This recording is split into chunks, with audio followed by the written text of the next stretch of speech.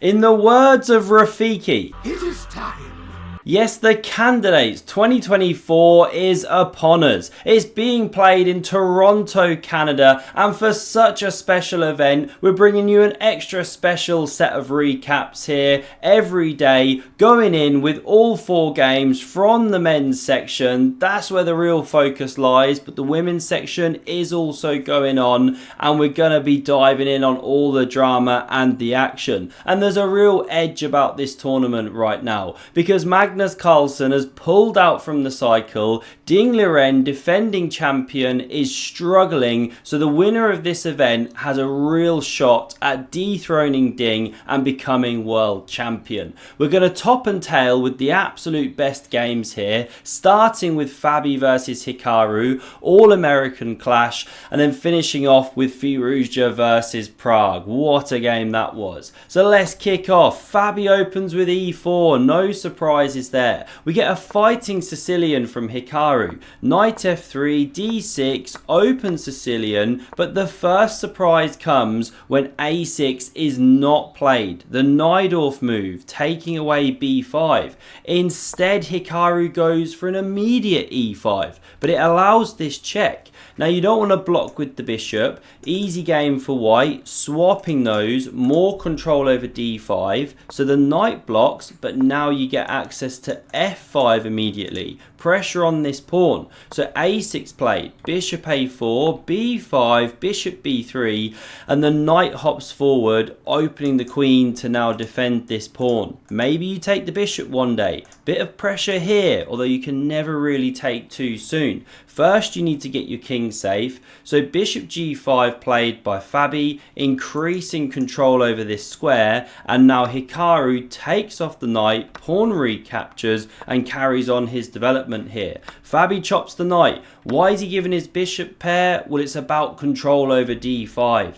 Castles, and now Hikaru doesn't like his pawns, just goes e4 here to open the bishop, and he leans forward and whispers to Fabby, I literally don't care, have my pawn. No, he doesn't really, but this is his attitude going into the tournament. Mr. doesn't care, but I don't quite believe it. I think he cares. He wants to win, he wants to become world champion. They all do, right? So castles played. Rook takes on e4, winning back the piece. Hikaru takes here, but the rook now sidesteps, bishop f6 and queen d5. Material level, yes, but Fabby with the pressure. Rook c8 and queen b7. Excellent move, invading, all up in Hikaru's house, and Hikaru goes into a long think. He spends about 30 minutes to come up with rook c5. We get an exchange of pawns here. As ever, there are different trees of variations at every turn, but we'll mostly stick with the game. Rook d1, d5 now played, and rook b4. And these pawns as tender as a baby's bottom. Bishop c3 now played. Not necessarily the best, you know, run it back, and queen e7 preferred by the engine. Hikaru talked in post-game interview about this move being his intention, but he goes for this. Rook takes on b5. And now again he goes for a very fighting line with rook takes on f2. What a move that is, because if king captures, the queen comes out and it should be a drawn game. The bishop can check. This is a sample line, and then you threaten a mate, and no matter how you stop, then bishop takes on g3. There's all these kinds of perpetual ideas. King f2 and you lead to perpetual. If the king goes too far, you can end up winning the pawn and being worse. So those were the ideas if rook takes, king takes rook. But this one was played instead by Fabby. Good move. Queen h4 anyway. Hikaru now a pawn down, but queen d3 is an excellent response. Hits the bishop on c3, adds defense around these dark squares. Rook f6 back. g3 played, kicking the queen, and king g2. Fabby doing well here. Extra pawn, and it's a passed runner. He's got 2 passed pawns. Bishop b2 from Hikaru, and now moves like a4, rook f1, or the players talked about rook b1. Would have been strong, but Fabby goes rook f5. He's way down on time. This is a bit meek because these rooks now coming off. This was actually the really powerful rook you wanted to keep on the board. Queen f3, queen e7, and Hikaru's just holding on now. We get a4 played, king g7, a5, but Hikaru comes up with a nice trick. Maybe Fabby should have chucked in h4 sooner, left the a pawn alone for a moment, because Hikaru does this. If queen captures rook, then there's queen e2 check, and you win this rook, or just start giving a perpetual. So rook d5 played, but now rook a7, rook b5, queen d8, and the pawn is not long for this world. This is how the game proceeded. The pawn dropped, couldn't be avoided. Yes, Fabby wins on f7, but after a few more moves, the game's agreed a draw. Because although Fabby's a pawn up, because of the dark squared grip that Hikaru's got, you can never start pushing P, as Hikaru would say, right, without dropping on g3. That's how this one ended. Great fight, but ended in a draw. Let's move on. Next up, we've got Jan Nepomniachtchi with black against Naija Abasvo with white. Jan, of course, has already played the last 2 World Championship cycles, well, matches, and Naija Abasvo is the underdog from Azerbaijan, qualified when Magnus pulled out, and he came 4th in the World Cup. Naija Abasvo did. So, okay, he goes d4.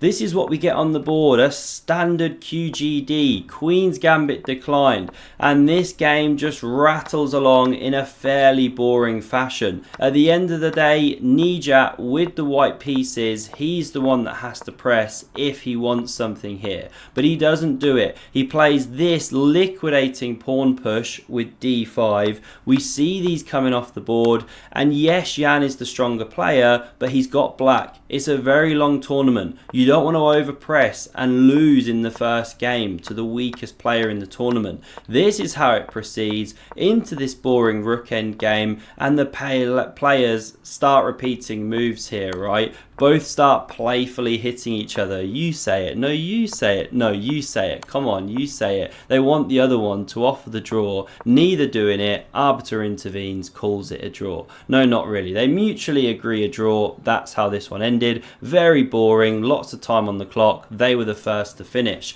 On to the All-Indian clash here.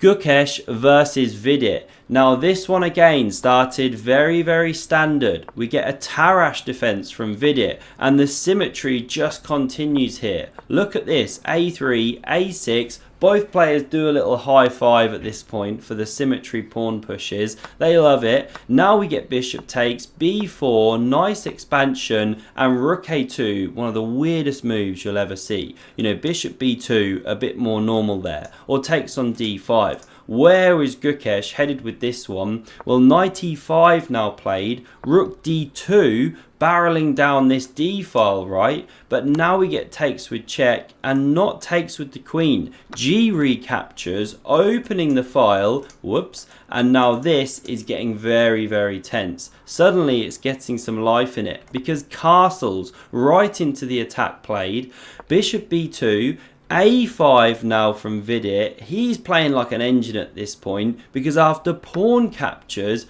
does he take back his pawn or anything like that? Well, no, there's huge pressure, of course. Does he take here? No. He goes e5. This is deep preparation from both players. You know, the rook lift, and now the pawn sacrifice. Now, what's the idea?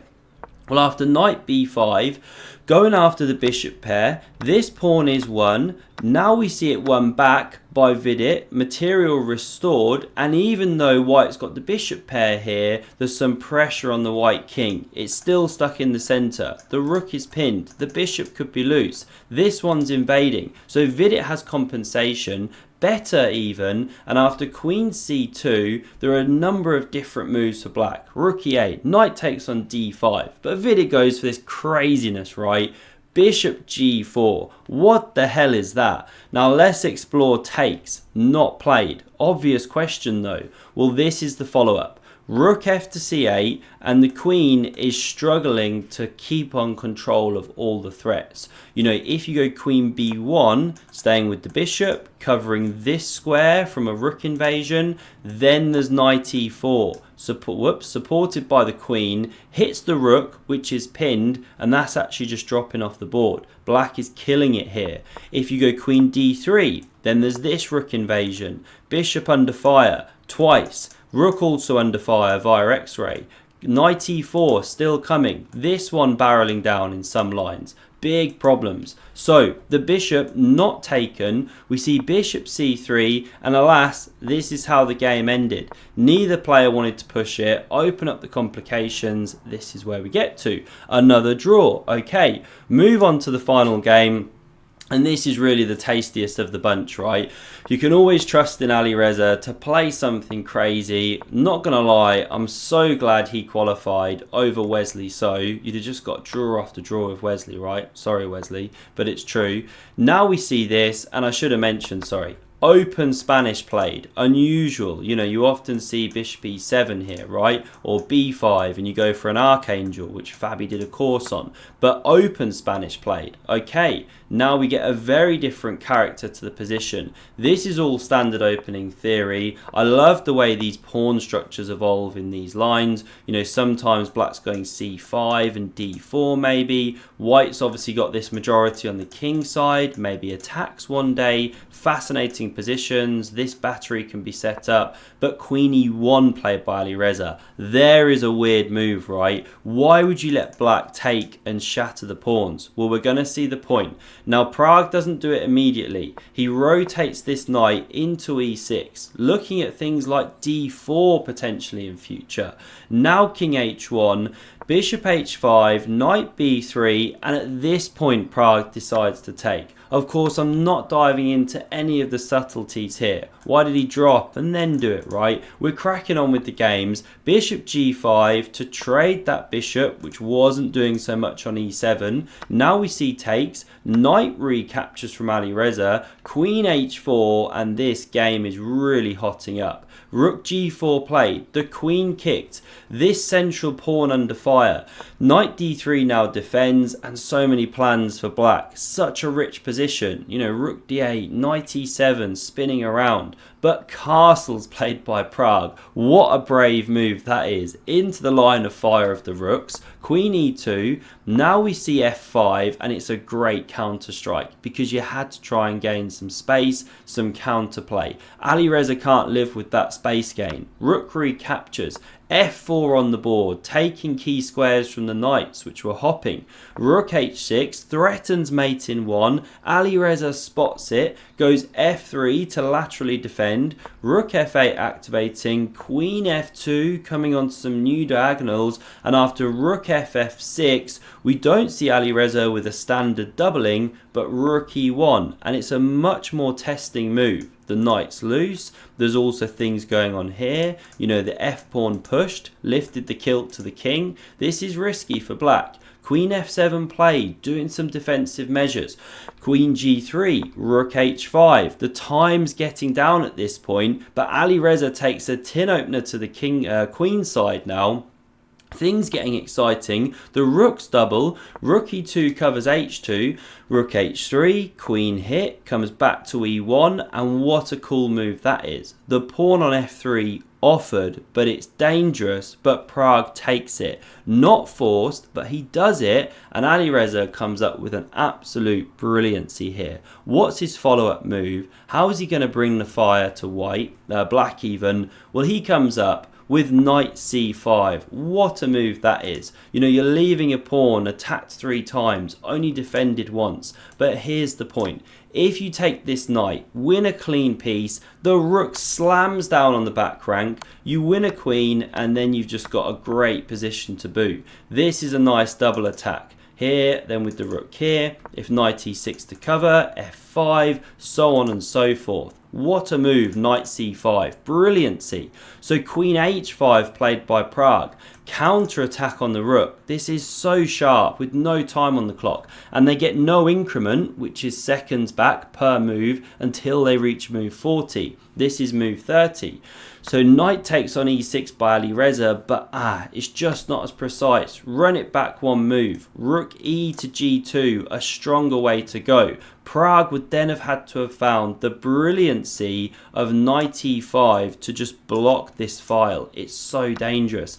This is a sample line. Game goes on like this, you know, absolute craziness. White apparently with an edge, this sort of thing. But okay, we didn't see it in the game. It didn't happen. This is just a sample, not even forced. We come back here. Instead, the knight taken. Rook drops. This is how the game proceeded. A checkmate threatened. So the knight blocks the file. Gives a piece, yes. What on earth is Prague's point here? He's literally got 2 minor pieces against a rook. He's completely lost unless he has this move, which he does. Takes, and this is a perpetual check. The game finishes like this. Nothing Alireza can do. Yes, another draw, but a fighting one, right? Oh, pause for breath. I hope you enjoyed these recaps. I'm going to try and bring them every day, like I say, get through all the games. It's such a cool tournament. Do let me know your comments down below and smash subscribe to never miss a future one. Videos on screen if you want more epic chess. Thanks a lot for watching and see you soon.